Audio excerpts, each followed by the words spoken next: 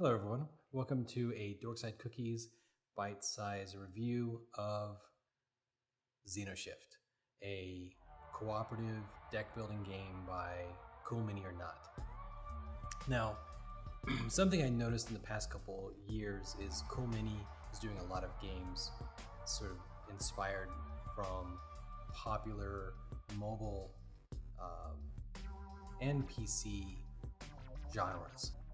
XenoShyft is one such game. It is based off of tower defense. Now, I'm a huge fan of tower defense games, so when I started playing this and I realized what it was, I was really happy. This game, tower defense, pretty cool and pretty different. I don't know if there were games like this, or if there isn't even any other game like this prior to the existence of mobile gaming. So let's get right into it. This game is about a year old. It came out middle of last year. It was done on a Kickstarter. They have already released a second Kickstarter with more different enemies and more technologies and more everything. Also, if you ever go to a convention with Cool Mini or Not is at, they have lots of like small booster packs. And that is to say that there is a lot to this game that you can expand upon if you buy it and decide you really like it. I really like it. I have not expanded any of those things because I was waiting for the Kickstarter. Okay, so what this game is you are a member of NorTec.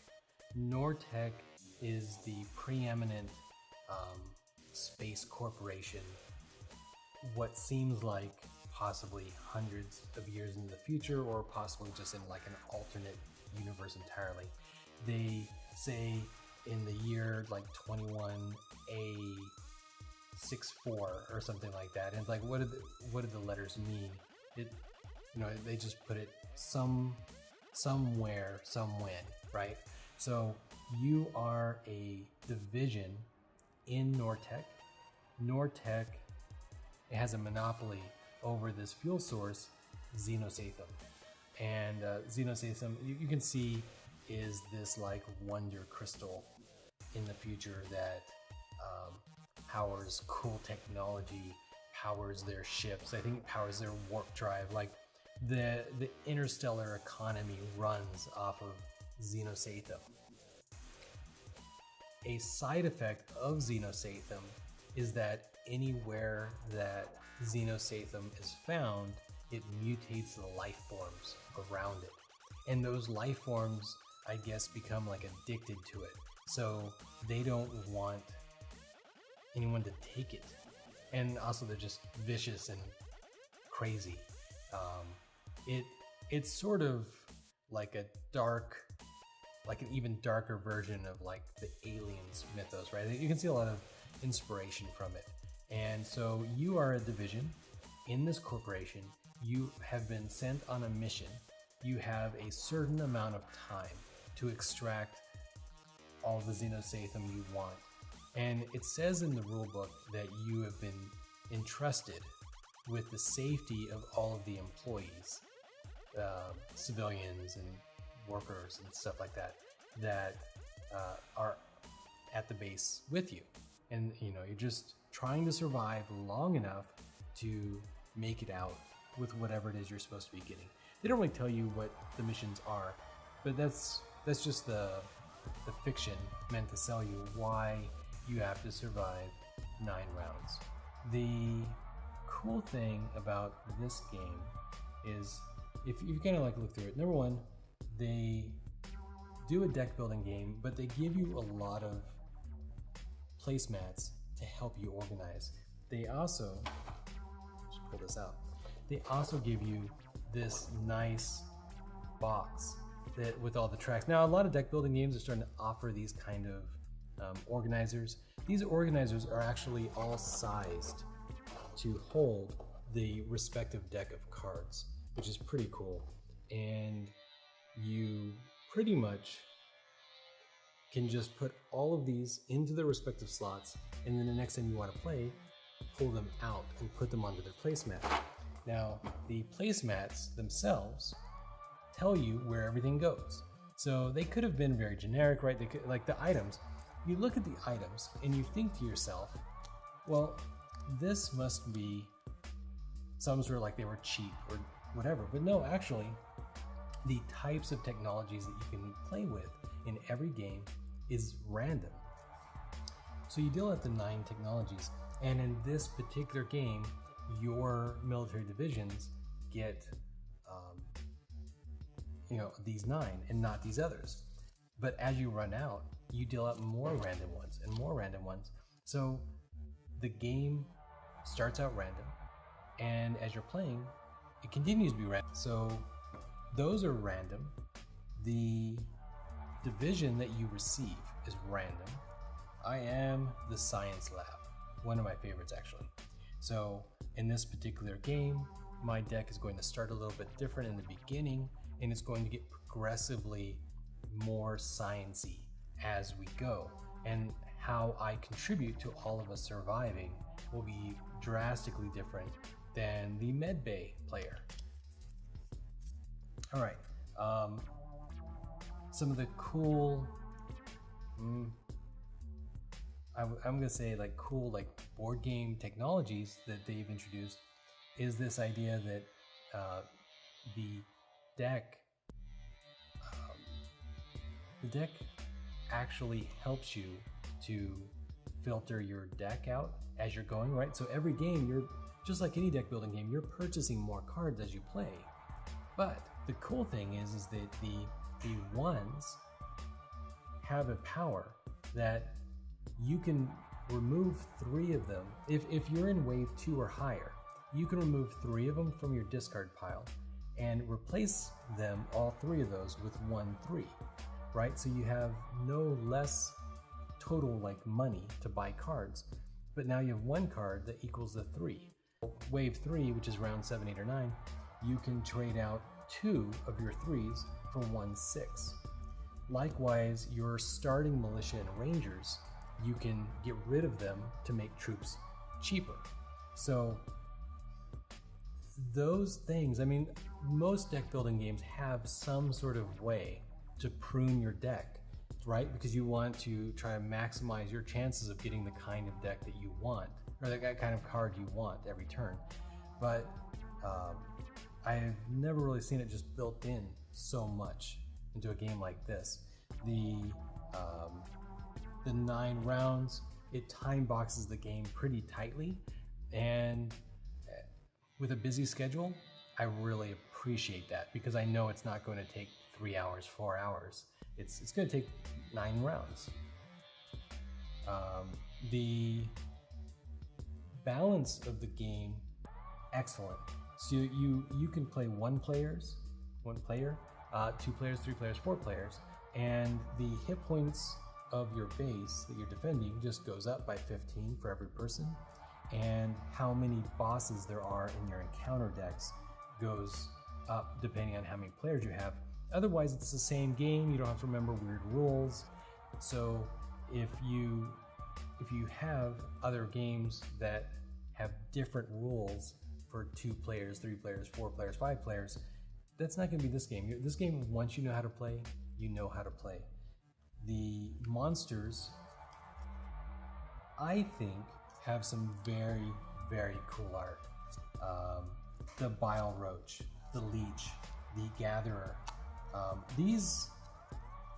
So the Hive, right? So this is sort of Starship Troopers-like, but these creatures look menacing. I mean, I'm not 100% certain on the scale of the monsters, but I imagine that they're pretty big, and especially when you start looking at Wave 3 and you start dealing with things like the Eater of Hope. There's just so much theme to the game. It's like dripping in science fiction, dystopian future. Like you're almost supposed to be happy that I think you're a clone bred and raised by the corporation You just get hints from reading the book, but there's a lot of hints. Like there's little paragraphs of fiction that they didn't have to add, they just did because there's a lot of love in the game that I think is just evident throughout. So what I do not like about the game, and I think this just comes in the category of randomness, and it's when you have a game that has a lot of randomness, you can't control and make sure that it's always a fun experience. But what I don't like is you get a random division, and that's probably good because I would always choose Science Lab or Med Bay if I could choose. So by making it random, it forces me to try new things, and I've had some good games with the other ones. I've also almost always lost when I played the other ones, so whatever.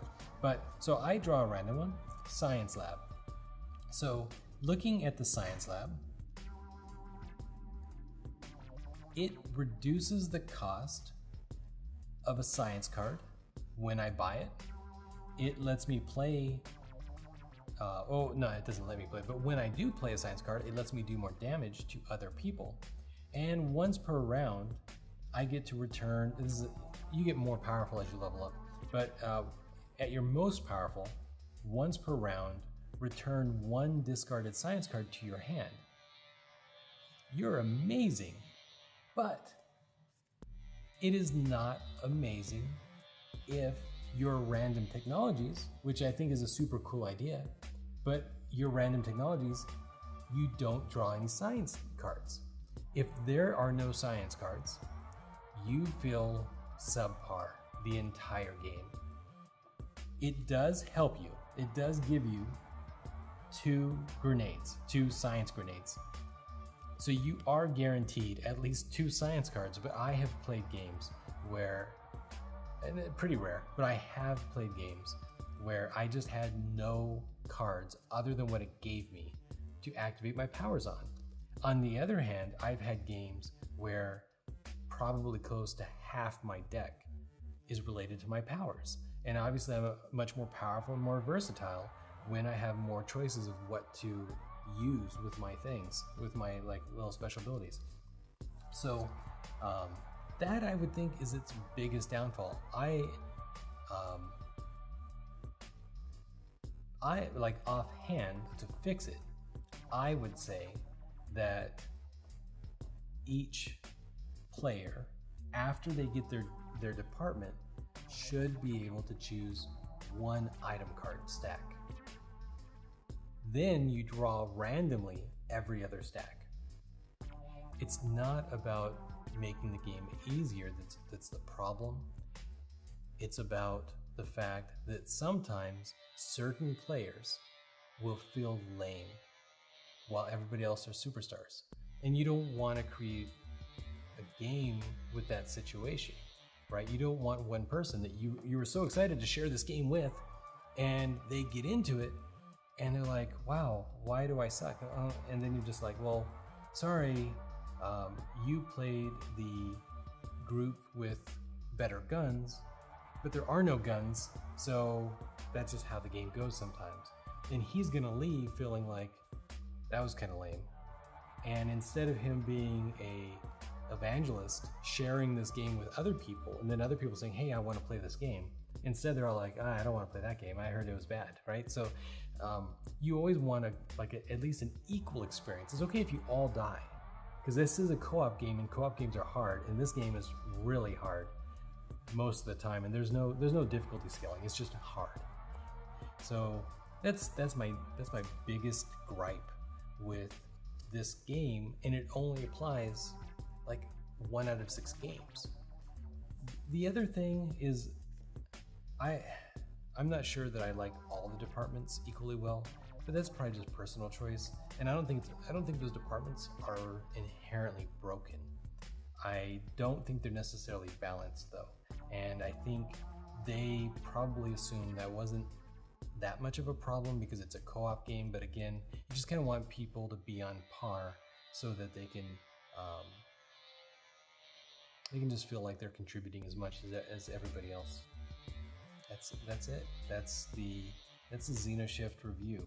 If you like aliens, if you like tower defense, if you like tower defense and aliens, this is a good game for you. If you have to like co-op games, you're not versus each other. But if you feel like you could like co-op games, but you feel like it's not challenging enough, whereas another player would be challenging, this game is challenging. It feels good and it makes you feel progressively more powerful, but it is challenging and it is hard. With that, click like, click subscribe, post down below. If you play the game, or if you like the game, if you dislike the game, just tell us about it. And game on.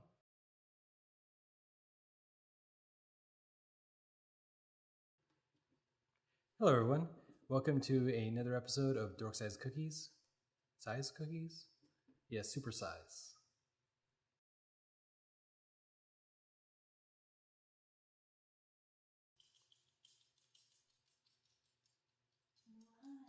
Moo, go to mama. Go to mama. Go to mama. That's right. That's my girl. And my girl is away.